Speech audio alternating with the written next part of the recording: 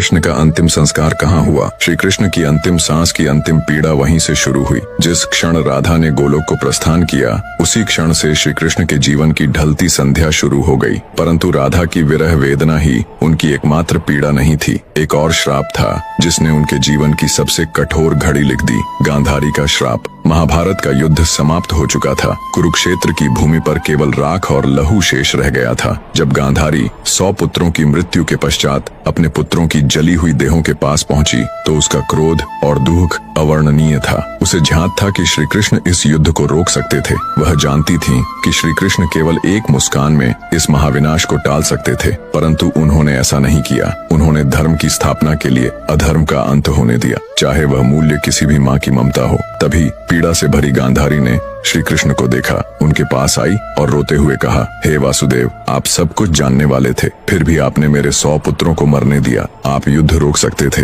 पर आपने केवल तमाशा देखा। मेरी ममता की आग आज आपको भी छुएगी। मैं आपको श्राप देती हूँ, ठीक वैसे ही जैसे मेरा वंश समाप्त हुआ, वैसे ही यदुवंश भी नष्ट होगा और आप भी अपनी मृत्यु को अकेले अपनों से बिछुड़कर एक तीर की पीड़ा में अनुभव करेंगे। श्री कृष्ण ने गांधारी के श्राप को शांत मन से स्वीकार किया, क्योंकि वह जानते थे यह भी उसी लीला का एक भाग है। जिस न्याय को वह लेकर आए थे, उसी न्याय की अग्नि अब उनके अपनों को भस्म करेगी। गांधारी का श्राप, राधा की जुदाई और यदुवंश का अंत, यही वो अंतिम अध्याय थे जिसने श्री कृष्ण के मानवीय रूप को सबसे गहरे दुख से भर दिया। अब जानिए कैसे त्रेता युग में श्री राम द्वारा दिया गया वरदान बना द्वापर में श्री कृष्ण की अंतिम लीला का कारण। अगर आपको श्री कृष्ण की अंतिम सांस के बारे में आगे बढ़ाना है तो चैनल को सब्सक्राइब करें। त्रेता युग का वह समय था जब राम ने रावण का वध कर अयोध्या लौटकर राम राज्य की स्थापना की थी। एक शाम अयोध्या के समीप एक तपस्वी राक्षस आया, नाम था जरासुर। वह युद्ध नहीं चाहता था, न ही प्रतिशोध, वो सिर्फ एक उत्तर चाहता था। जरासुर ने राम से कहा, प्रभु, आपने धर्म के लिए असुरों का नाश किया, लेकिन क्या कभी मैं भी आपकी परीक्षा ले पाऊंगा? क्या मुझे कभी वह अवसर मिलेगा जब मैं आपके मार्ग में अंतिम बाधा बनूं? राम ने मुस्कुराकर उसकी ओर देखा। वो कोई साधारण प्रश्न नहीं था और राम कोई साधारण उत्तर नहीं देने वाले थे। राम बोले, जब मैं द्वापर में श्री कृष्ण रूप में जन्म लूंगा, तब तू मनुष्य रूप में जन्मेगा और वही जीवन तुझे वह अवसर देगा जिसकी तू आज याचना कर रहा है। तेरे हाथों ही मेरी लीला इस धरती पर पूर्ण होगी, ये मेरा वचन है। जरासुर झुक गया। उसने नहीं जाना कि वह वचन युगों बाद एक महारहस्य का कारण बनेगा। समय बीतता गया, युग बदले और द्वापर में वो वचन धीरे धीरे श्री कृष्ण के अंतिम क्षणों की ओर बढ़ने लगा। जब लीला पूरी हो चुकी थी और ब्रह्मांड का सबसे बड़ा प्रेमी अपने सबसे गहरे अकेलेपन में डूब चुका था, वो द्वारका का अंत था। सब कुछ समाप्त हो चुका था। यदुवंश का नाश, रणभूमि की गूंजती चीत्कार और अपनों की ही तलवारों से बिखर चुका भविष्य। श्री कृष्ण अब अकेले थे। न सुदर्शन उनके हाथों में था, न अर्जुन उनके पास, न राधा उनके हृदय के सबसे निकट वाली आत्मा। श्री कृष्ण एकांत में द्वारका से बहुत दूर एक शांत वन में पहुंचे। वहीं एक पुराना पीपल का पेड़ था। उसी की छाया तले बैठ गए। उनके गले में वही बांसुरी लटकी थी जो कभी राधा के लिए बजती थी। धीरे धीरे आंखें बंद की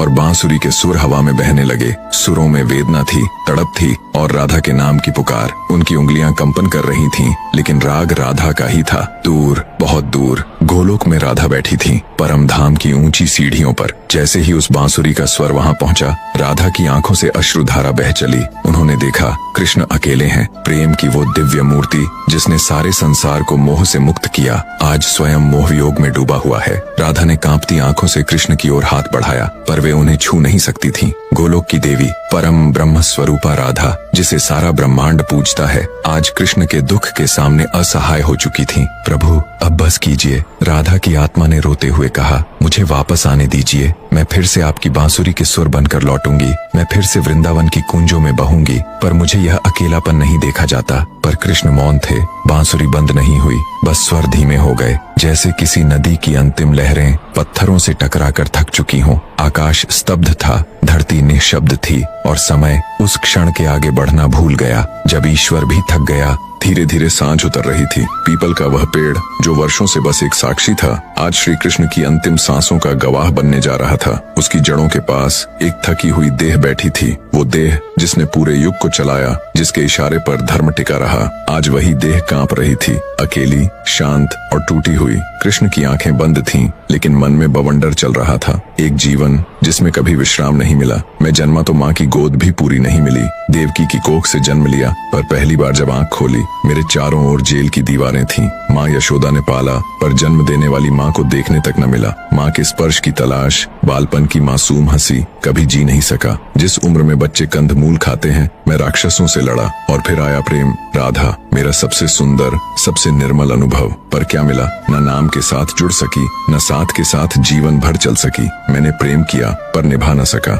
हर जन्म में उससे बिछड़ना लिखा था। क्या यही प्रेम था? मैं राधा को छोड़ आया, वृंदावन को छोड़ आया, और पीछे छूट गया मेरा मन, मेरा बचपन। बचपन से ही कंधों पर समाज, युद्ध, न्याय, धर्म का भार था। कभी द्रौपदी के चीर की रक्षा, कभी अर्जुन की मोह में डूबती बुद्धि को जागृत करना। महाभारत लड़ा, लेकिन क्या पाया? हर अपनों को खो दिया। कर्ण जो भाई था, मारा गया। भीष्म जिनसे नीति सीखी, शरशैया पर छोड़ना पड़ा। द्रोण जिनसे ज्ञान पाया, रण में गिरा दिया। पितामहों को, भाइयों को, पुत्रों को, सबको मिटा दिया। मैंने धर्म बचाया, पर अपना ही कुल नहीं बचा पाया। यदुवंश, अपनों के हाथों अपनों का वध, मैंने सब खो दिया। आज न बलराम है, न सुदामा, न अर्जुन, न राधा, न वो वृंदावन। मेरे पास है तो सिर्फ एक बांसुरी, जिसे अब सुनाने को कोई कान नहीं। अब जब बजाता हूँ तो हर स्वर में राधा की याद तड़प बनकर लौटती है। आज मैं थक गया हूँ दुनिया को समझाते समझाते। प्रेम किया, छोड़ना पड़ा। माता मिली, दूर हो गई। भाई मिले, युद्ध में खो दिए। राज मिला, पर सुख कभी न आया। इतना सब सहने के बाद भी आज मेरी अंतिम सांसें हैं, और मैं अकेला हूँ इस पीपल के नीचे, जहाँ कोई नहीं है सिवाय मेरी टूटी बांसुरी के। शायद अब यही ठीक है। शायद अब राधा के पास लौटने का समय आ गया है। शायद अब मैं भी विश्राम का अधिकारी हूँ। धीरे से श्री कृष्ण बांसुरी को होठों से हटाते हैं और दोनों हाथों से उसे मोड़ते हैं। एक टुक बांसुरी टूट जाती है। राधा की स्मृति कृष्ण की आत्मा के साथ टूटकर उस पीपल के नीचे कहीं खो जाती है। अब बस एक शांति है, गहन, गूंजती हुई, जैसे स्वयं समय थम गया हो। पीपल के पेड़ के नीचे श्री कृष्ण जमीन पर लेटे हुए थे। आंखें आसमान की ओर थीं। बांसुरी अब भी उनके होठों से सटी थी, लेकिन अब कोई धुन नहीं निकल रही थी। शरीर थक चुका था, मन शून्य हो गया था। तभी दूर जंगल में शिकारी जरा अपने शिकार की तलाश में भटक रहा था। उसकी नजर श्री कृष्ण के चरणों पर पड़ी। गेरुआ पीतांबर की सुनहरी चमक और पैर का अंगूठा। दूर से देखा तो उसे लगा कोई हिरण झाड़ियों में छिपा है। जरा ने धनुष उठाया, बिना सोचे विचारे बाण चढ़ाया और चला दिया। बाण हवा चीरता हुआ सीधा श्री कृष्ण के पैर में आकर लगा। प्रभु, मुझसे बहुत बड़ा अपराध हो गया, मैं अपराधी हूँ। श्री कृष्ण ने थके स्वर में कहा, उठो जरा, तुमने अपना कर्म किया है। ये वही समय था जब मुझे अपना शरीर त्यागना था। ये तुम्हारा नहीं, मेरे कर्मों का फल था। तुम बस निमित्त बने। जरा फूट फूट कर रोने लगा। श्री कृष्ण ने आंखें बंद की। मैंने जन्म लिया, अपने कुल को नष्ट होते देखा, धर्म के लिए अपनों को खोया। हर जीवन में प्रेम पाया, पर उसे पूर्ण नहीं कर पाया। पर आज अब विश्राम का समय है। धीरे धीरे उनका स्वर मंद पड़ता गया। अंतिम सांस लेते हुए उनके होठों से एक शब्द निकला, राधे राधे, और श्री कृष्ण ने देह त्याग दिया।